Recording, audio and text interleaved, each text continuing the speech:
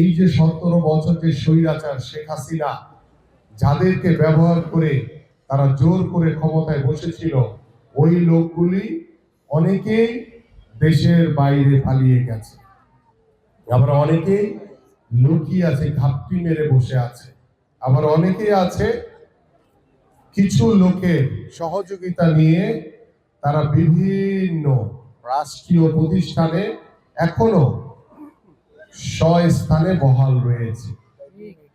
কিন্তু তাদের ওই স্থানে বহাল থাকা কি উচিত?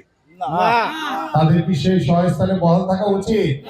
বলেন, আপনারা বলেন উচিত না। কারণ তারা তো এই দেশের বিরুদ্ধে, এই দেশের জনগণের বিরুদ্ধে ষড়যন্ত্র করেছে। তারা কিভাবে এখনো আওয়ামী লীগের সরাসরি যারা দোষর ছিল তারা কিভাবে বিভিন্ন জায়গায় বসে থাকে।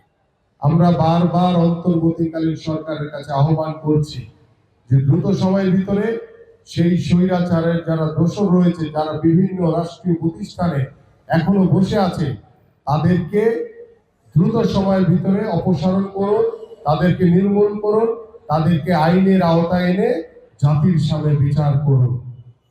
কারণ তারা ষড়যন্ত্রকারী, তারা স্বৈরাচার, তাদের তো বাংলাদেশে কোনো স্থান হওয়ার কথা না।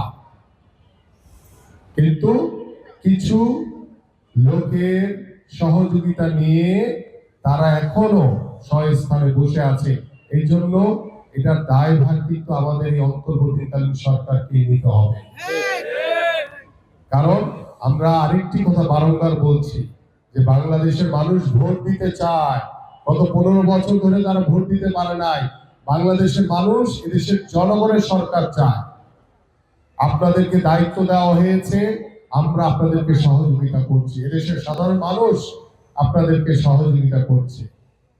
সেই সহযোগিতার মাধ্যমে আপনাদের কাছে যেটি বারংবার এদেশের মানুষ আহ্বান করছে, আমরা আহ্বান করছি যে দ্রুত সময়ের ভিতরে একটি নির্বাচন দিয়ে, নির্বাচনের মাধ্যমে এদেশের জনগণের সরকার প্রতিষ্ঠা হবে এবং সেই জনগণের সরকার সিদ্ধান্ত নিয়ে তারা বাংলাদেশের যে রাষ্ট্রীয় প্রতিষ্ঠানগুলো ধ্বংস হয়ে গেছে, সেই ধ্বংসস্তূপ রাষ্ট্রীয় প্রতিষ্ঠানগুলোকে সংস্কারের মাধ্যমে বাংলাদেশের মানুষ নতুনভাবে পুনর্গঠন করবে, এই প্রত্যাশা আমি ব্যক্ত করছি।